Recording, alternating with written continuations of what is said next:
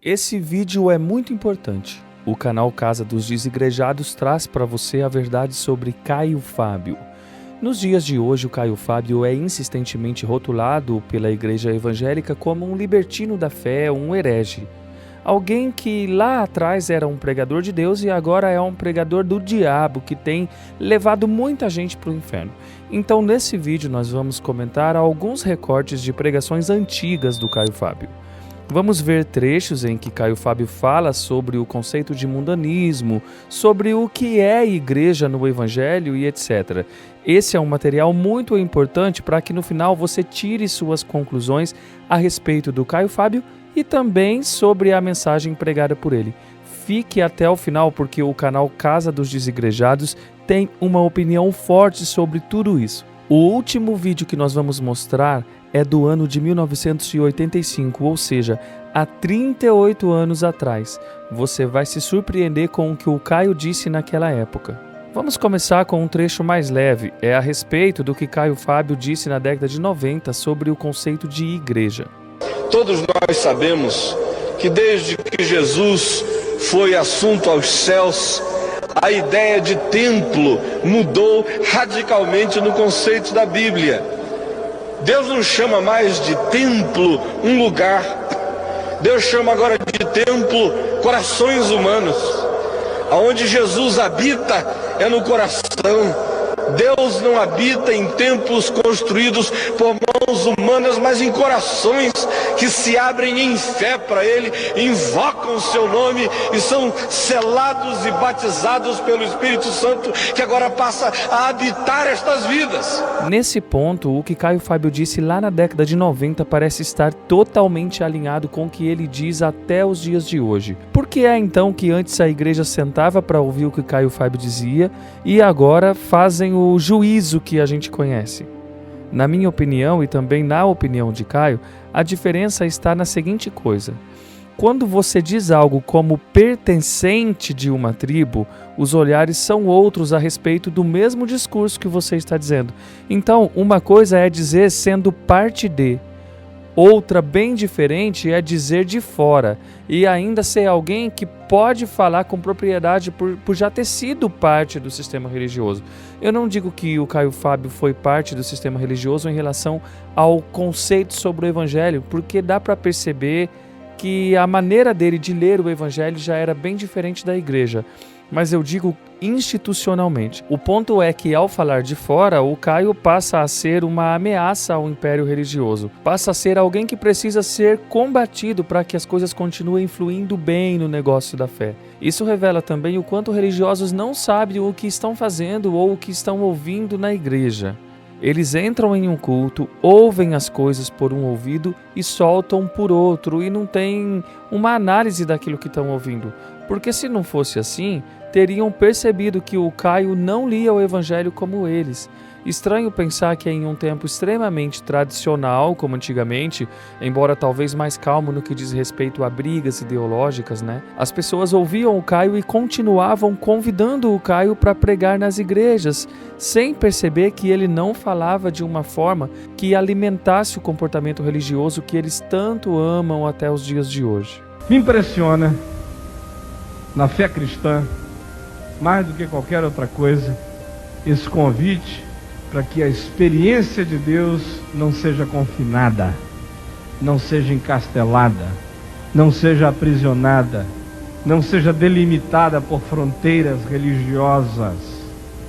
Aliás, desde o iniciozinho da minha caminhada de fé, que isso ficou muito claro para mim, a tal ponto que quando eu fui escrever a minha tese para ordenação ao Ministério Sagrado no ano de 1976 em Manaus, o texto que eu escrevi foi sobre a salvação dos pagãos no Velho Testamento, o que Deus sempre fez e sempre fará fora das instituições religiosas.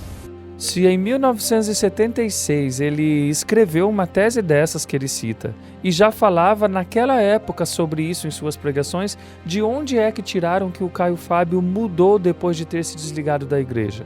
Percebe-se não só que Caio Fábio tinha o mesmo discurso que ele fala hoje em dia, mas também que ele já caminhava para se tornar um pregador de fora dos portões da religião. A gente não pode dizer que o próprio Caio tinha essa consciência, até porque não se sabia o que viria à frente, né? Mas, obviamente, com essa mentalidade e essa leitura sobre o Evangelho, mais tarde o caminho que o mundo gospel tomaria se tornaria insuportável para que Caio Fábio permanecesse dentro do sistema religioso. É óbvio que nessa época algo de mais genuíno parecia acontecer no meio dos evangélicos se comparado ao que esse meio veio se tornando anos mais tarde. Mesmo assim, a percepção de Caio Fábio sobre o desalinhamento da igreja com o que Jesus realmente quer de nós já estava naquela época muito além de seus contemporâneos, e daqui a pouco, no último vídeo, você vai perceber claramente isso. Deus não cabe dentro da religião. Jesus não cabe dentro da religião.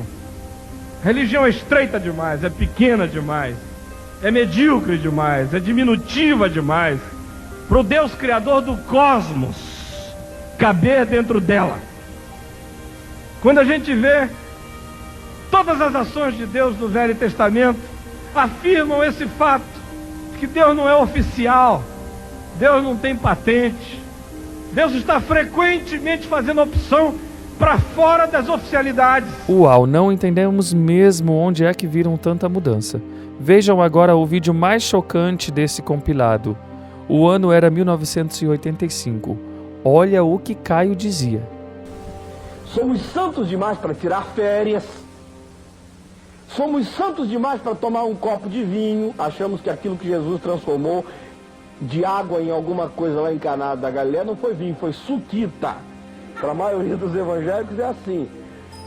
Somos santos demais para participar de uma festa folclórica, para participar da associação de moradores do bairro, para fazer parte de um sindicato de classe.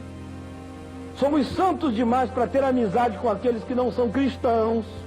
Mas enquanto isso, fazemos cabala depois das orações para vermos nos bastidores quem é que a gente vai eleger para presbítero, para diácono, para pastor da igreja ou para presidente da denominação. Isso é que é mundanismo, é dizer, ó Deus, orienta-nos agora, que o teu Espírito venha e nos conduza à tua vontade. Amém. Aí sai dali, vai para os bastidores para uma cabala feia. Isso é mundanismo. Ou mais ainda, nós participamos de rodas caluniadoras, apesar de estarmos com aquela mão de apóstolo e nascer do Senhor, não é? Mas descendo a língua maligna nos irmãos. Nós mentimos demais para a glória de Deus. O indivíduo tinha uma dor de cabeça, a gente diz que ele estava com um tumor no cérebro e Deus curou. E não foi o Doril que ele tomou. E, enfim, há muita mentira para a glória de Deus também. E outras vezes usamos Deus para a nossa própria glória. Isso é mundanismo. Eu até tenho muito medo de gente que toda hora diz, ó, isso é para a glória de Deus. Lá no fundo, ele está num conflito tremendo porque ele gostaria que fosse para a glória dele. Porque quem sabe que é para a glória de Deus nem está muito preocupado com isso. A coisa vaza, todo mundo vê que é para a glória de Deus. Mas Deus é muito usado, mundanamente usado por nós. Coisas que nós não consideramos mundanas, mas que para Deus, às vezes, são as verdadeiras coisas nojentas. Gente, isso é muito sério. Para alguns de vocês pode estar parecendo assim, duríssimo. Eu assumo as consequências do que estou dizendo. Muitas das coisas que a igreja considera mundanismo não são mundanismo. E muitas daquelas coisas com as quais nós convivemos tranquilamente são as coisas nojentas. Tem muita gente aí dizendo, o mundo entrou na igreja só porque a moçada está batendo bateria. Ou tocando um baixo gostoso, um rock pauleira animado, como o que eu ouvi em Ribeirão Preto esses dias. Isso é o mundo entrando na igreja. Nada. Mundo entrando na igreja é o que você está pensando enquanto a moçada está tocando rock pauleira.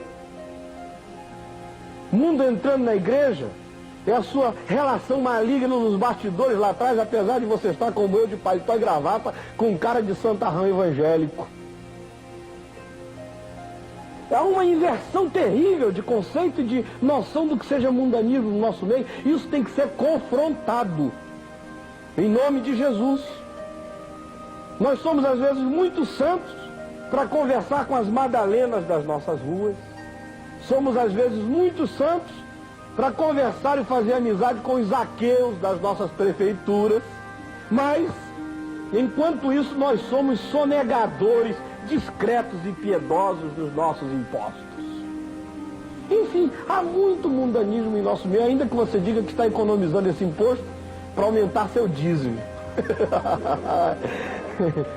Há muito mundanismo entre nós. Nossa opinião já está aí para todos os que querem perceber que o discurso do Caio Fábio não mudou. Mas tem uma coisa que hoje em dia incomoda sim mais ainda os religiosos do que já citamos no primeiro comentário do vídeo sobre o peso que gera para os religiosos o fato de o Caio ser hoje alguém que diz a mesma coisa, porém fora dos portões institucionais da religião.